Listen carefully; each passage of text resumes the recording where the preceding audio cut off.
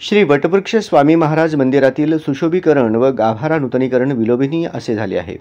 या निमित्ताने स्वामी दर्शनाकरिता मोठ्या श्रद्धेने अक्कलकोटला येणाऱ्या भाविकांना गाभारा नूतनीकरणानंतर स्वामी समर्थांचे अत्यंत प्रसन्न भावमुद्रेतून दर्शन होत आहे। भाविकांना सुलभतेने स्वामी दर्शन घेता यावे याकरिता महेश इंगळे नेहमीच प्रयत्नशील असतात।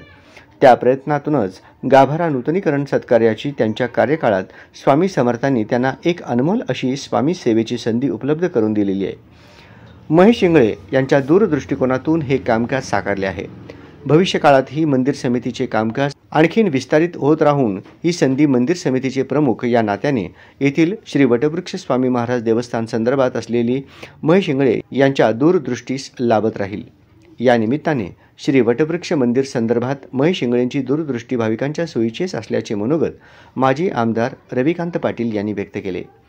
ते नुकतेच येथील श्री वटवृक्ष स्वामी महाराज मंदिरास भेट देऊन श्री स्वामी समर्थांचे दर्शन घेतले। यावेळी त्यांनी मंदिरात झालेल्या विविध कामांचा आढावा घेऊन पाहणी केली। यावेळी माजी आमदार रविकांत पाटील बोलत होते। यावेळी मंदिर समितीच्या वतीने श्री स्वामी समर्थ अन्नछत्र मंडळाचे प्रमुख कार्यकारी विश्वस्त अमोल राजे भोसले यांच्या प्रमुख उपस्थितीत मंदिर समितीचे चेअरमन व नगरसेवक महेश इंगळे यांनी माजी आमदार रविकांत पाटील यांचा श्री स्वामी समर्थांचे कृपा वस्त्र प्रसाद प्रतिमा देऊन यथोचित सन्मान केला। यावेळी मंदिर समितीचे विश्वस्त संपतराव शिंदे, सचिव आत्माराम घाटगे, विश्वस्त महेश गोगी, तम्मा भीमपुरे, श्रीशैल गवंडी, गिरीश पवार, विपुल जाधव, रवी मलवे, श्रीकांत मलवे, संजय पवार, सागर गोंडाळ, प्रसाद सोनार इत्यादी उपस्थित होते।